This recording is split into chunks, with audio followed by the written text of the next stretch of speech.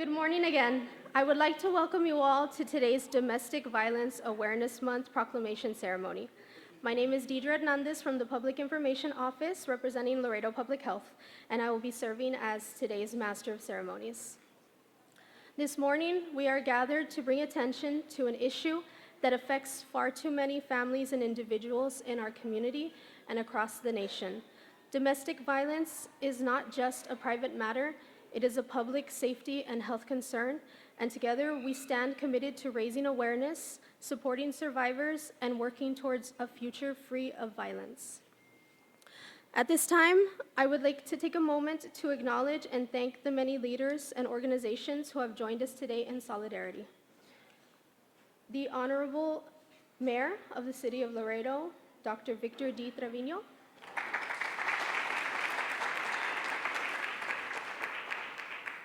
U.S. Representative from Texas District 28, the Honorable Henry Cuellar,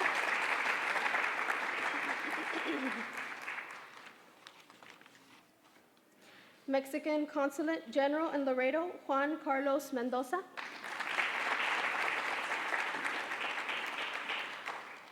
our Director of Laredo Public Health, Dr. Richard Chamberlain,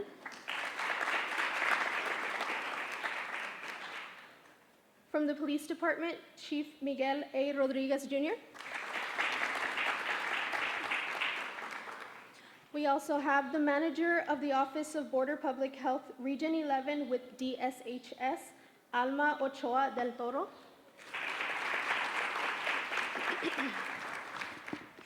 And the Director of Programs at Casa de Misericordia, Maria Nena Arambola. And we also extend our gratitude to the many partner organizations, advocates, and service providers who work tirelessly to support survivors and prevent domestic violence in our community.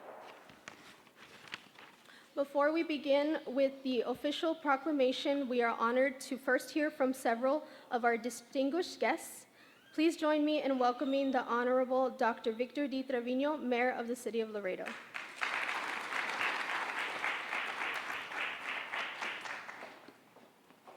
Thank you and good morning. Dr. Victor Trevino, Mayor for the City of Laredo. We're all here to promote and educate our public about domestic violence, and unfortunately, if we do not stop this, sometimes learned behavior is passed on from one generation to another. As we have seen in the news, what the Laredo Police Department has reported, most crimes across the board have come down in our community. But this is a concern because this is a trajectory on domestic violence that is a concern.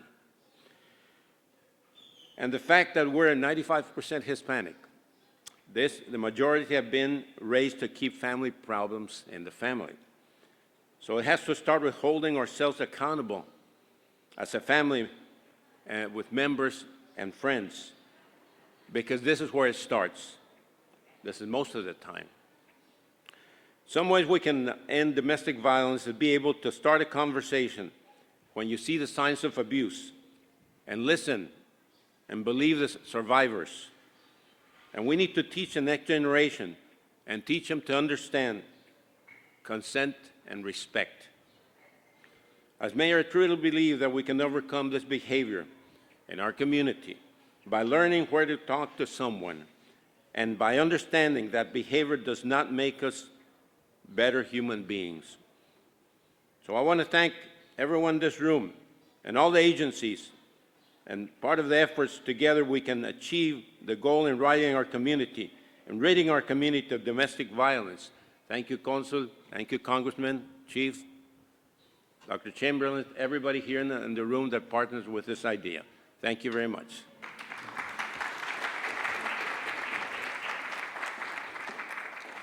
Thank you, Mayor.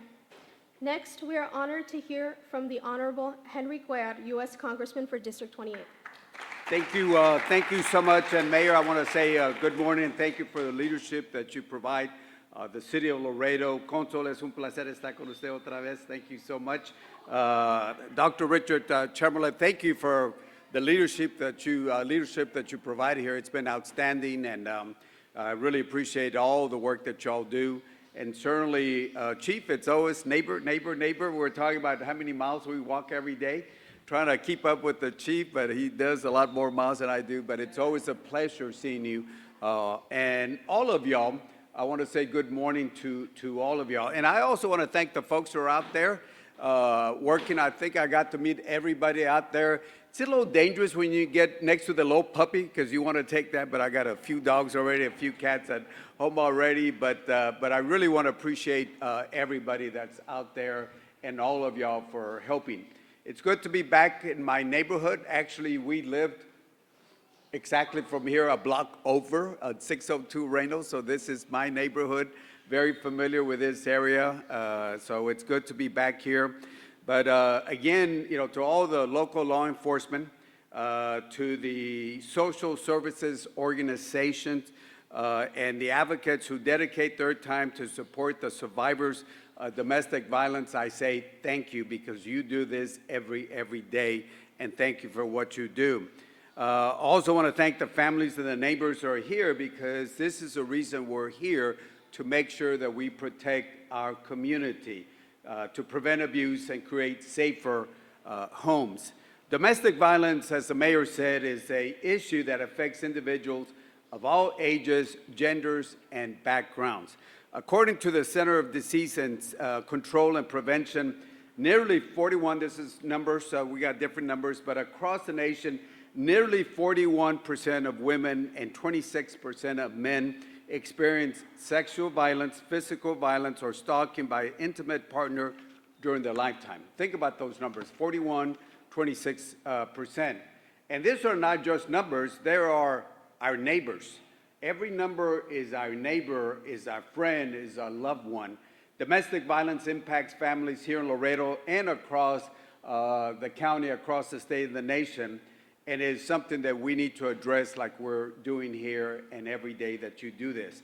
Awareness is not just about statistics. It's about whether a survivor feels safe in reaching out.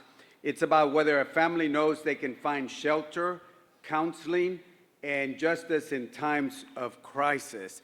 It's about building a community where everyone feels protected in their home. Think about that. Usually when you get home, that is where you feel safe. And imagine what happens when somebody goes home and they do not feel safe. I was at a domestic center in Atascosa last week, Safer Paths, and I got to see everything step by step by step by step. And I think, Chief, you know this. Sometimes you have to go in and then you have to take them out. And imagine just being taken out of your house with your children and going there, no clothes, no toiletry, no nothing, and that's why places like the casa that we have here, Ms. Arambula, and all the work that y'all do is so important because you have to just root them out on a moment's time, many a times. So ending domestic violence doesn't just happen by chance, as you know. It happens because we have dedicated advocates, counselors, law enforcement, and community leaders working together. It happens because neighbors and friends and family members are willing to support and stand up for abuse. So today I want to thank all of y'all for the work that y'all do every single day. In Washington, as you know, we got a little thing called the shutdown. We should have never got there, but we need two parties to sit down and talk to us. But I will continue to making sure that we put the funding and the laws out there. And I'll tell you about one thing in specifically I've been pushing every year in appropriations. We get to say, put money here, put money here, put money here.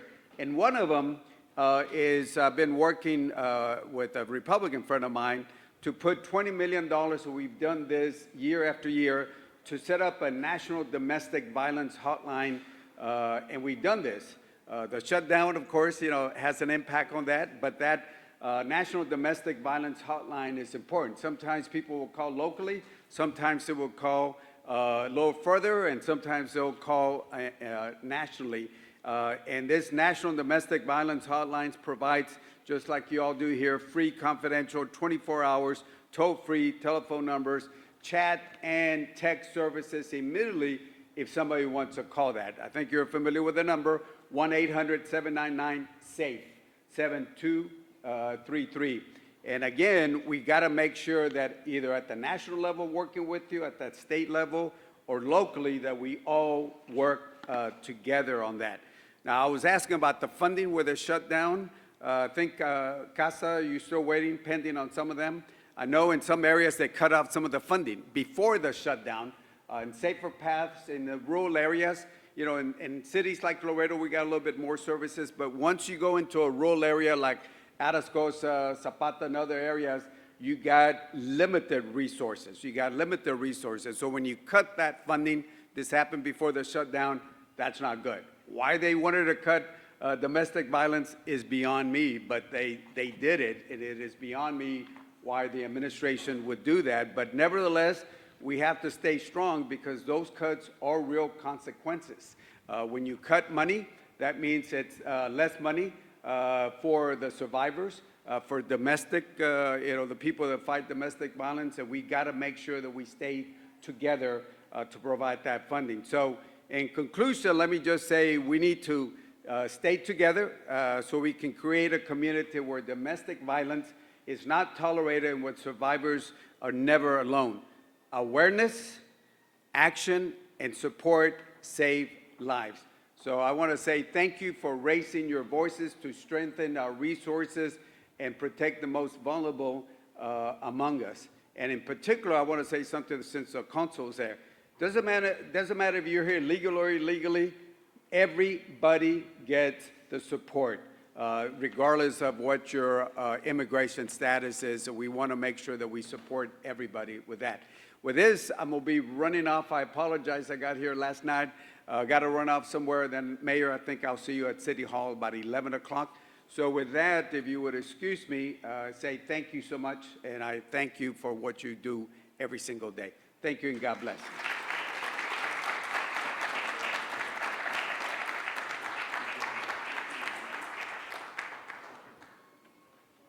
Thank you, Congressman, for your words and for your time.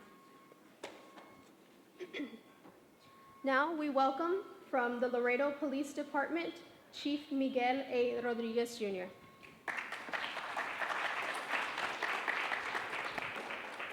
Good morning.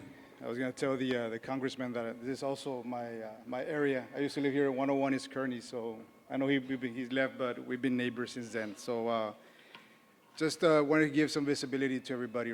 I know that we went through the stats last year as to where we are with domestic violence, and I know this year we started off with a couple of things that happened in the city that changed the direction of the police department.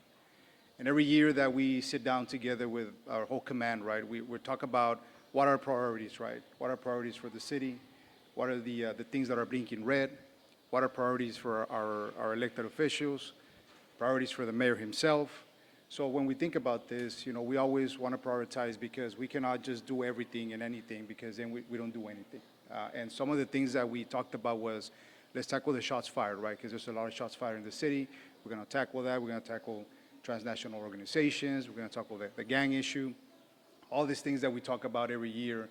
And then we always prioritize things. And when we talk about domestic violence, we always say domestic violence is always a thing, right? It's always there.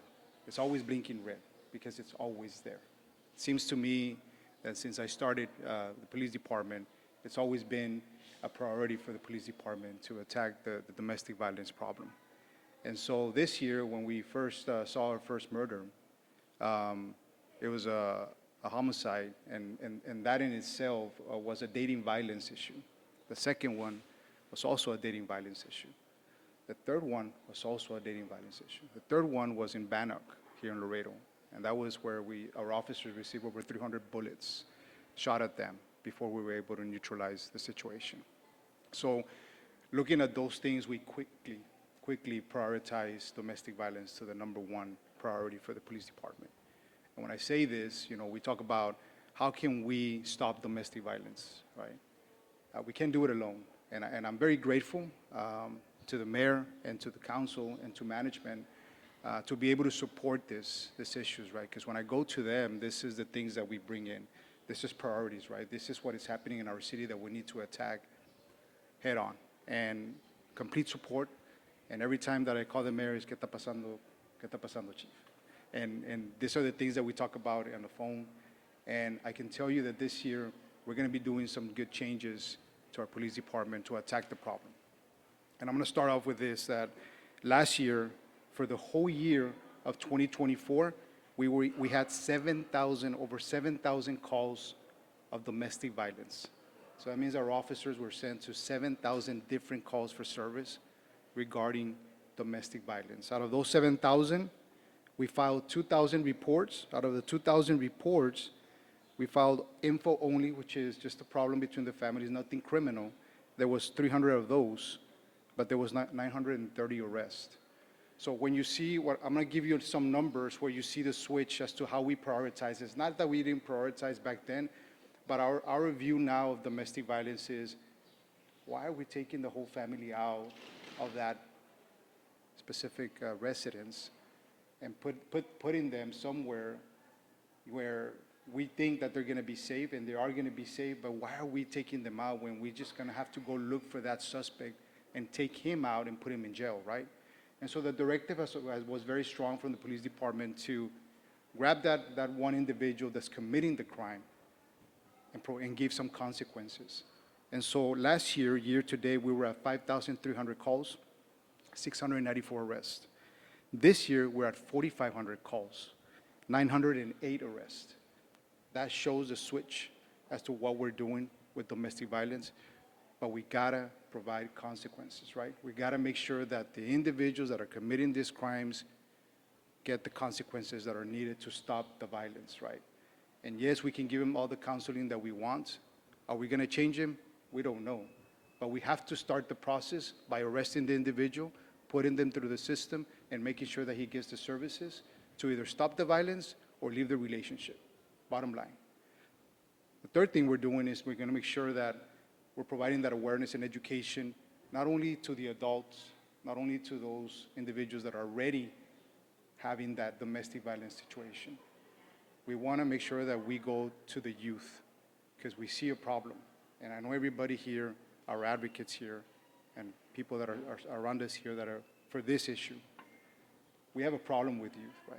That they think it's a cute thing to be toxic. It's a cute thing to be jealous of each other. It's not cute. That is not cute. That is a wrong relationship. That is a wrong way to start a relationship. So what we're going to do, we have an old mobile command center, and I said this already, right, that this mobile command center, we're going to wrap it. We're going to make sure that we provide domestic violence and sexual assault awareness. And we're going to be going, like we're doing a tour, right? So we're going to be going to commercial settings like Target, H-E-B, Walmart, but specifically our schools, every high school, we're going to go and we're going to talk about domestic violence and create this awareness.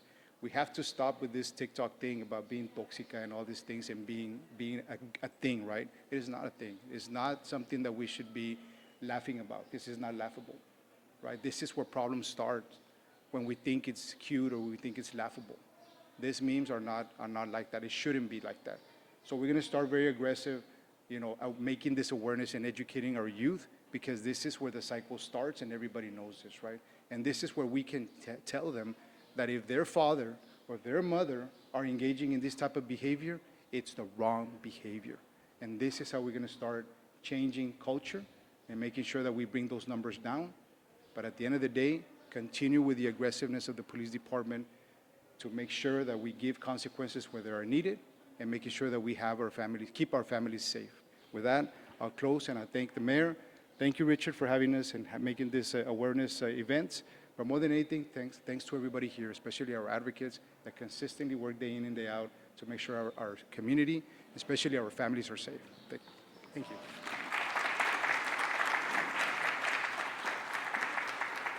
Thank you, Chief, for your insight and for all that you and your team do for our city. Lastly, we will hear from Nena Arambula, Director of Programs at Casa de Misericordia.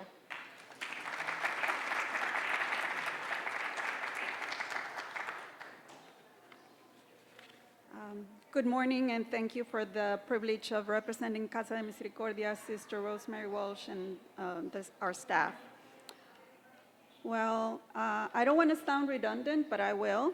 So I'm going to start by saying thank you. Thank you for your dedication, the time, the energy put into all these wonderful events. The outcomes and opportunities of our efforts to spread awareness in domestic violence are just outstanding. And hearing everybody that spoke before me addressing domestic violence in such a realistic way is just wonderful to my heart, because I see that we get it. We get it. I want to pass the opportunity to thank our city officials, our mayor, Congressman Henry Cuellar, our DA, our sheriff, our chief of police, our constables, and our judges, the Laredo Public Health, the Mexican Consulate, and their staffs for all their hard work, dedication, and support, primarily to those who have gone, are presently going, or in the future will be going through any situation of domestic violence.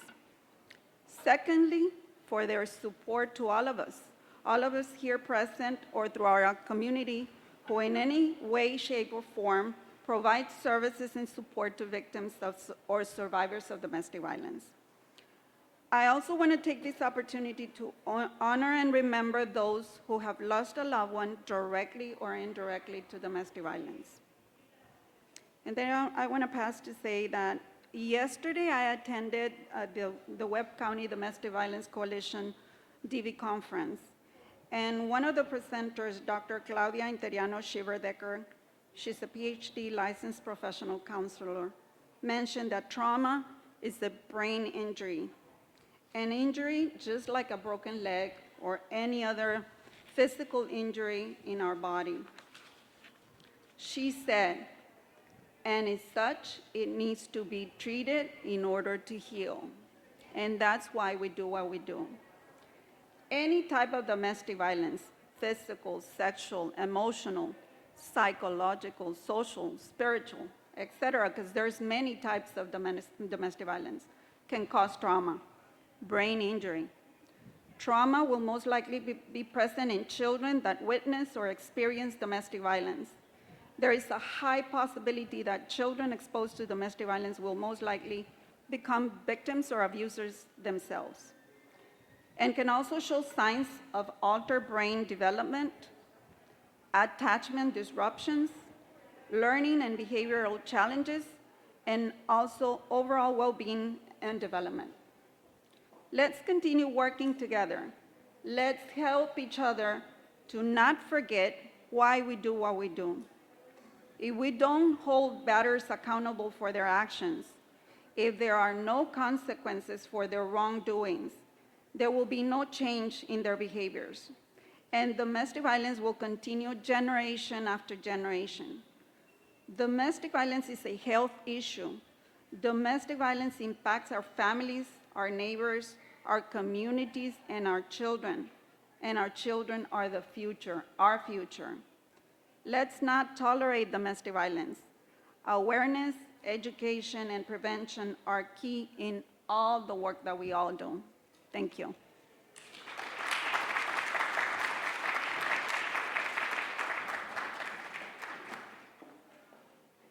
Thank you to all of our speakers for your powerful words and for your commitment to this cause. At this time, it is my honor to invite Dr. Victor Di Trevino, Mayor of the City of Laredo, to return to the podium for the official reading of the Domestic Violence Awareness Month Proclamation.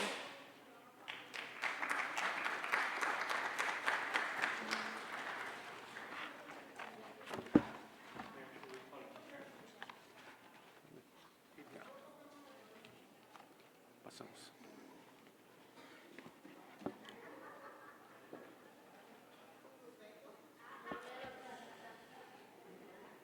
Before we go into the proclamation, I do have to mention that I was also raised here about 2 blocks away here. So it looks like we're all in the same barrio. Right? Right. Office of the Mayor, City of Laredo, Texas, proclamation. Whereas domestic violence harms people of every age and background and affects the health and safety of our community. And whereas survivors deserve safety, respect, and support, and those who cause harm must be held accountable. And whereas Local partners, service providers, and law enforcement work together to offer help, education, and pathways to healing. Whereas, raising awareness helps neighbors, families, and friends learn the warning signs and how to respond with care and action. Now, therefore, I, Dr. Victor D. Trevino, by the virtue of the authority vested in me as Mayor of the City of Laredo, County of Webb, State of Texas, do hereby proclaim October as Domestic Violence Awareness Month in Laredo, Texas, and call upon all residents to learn the signs, speak up, and support survivors.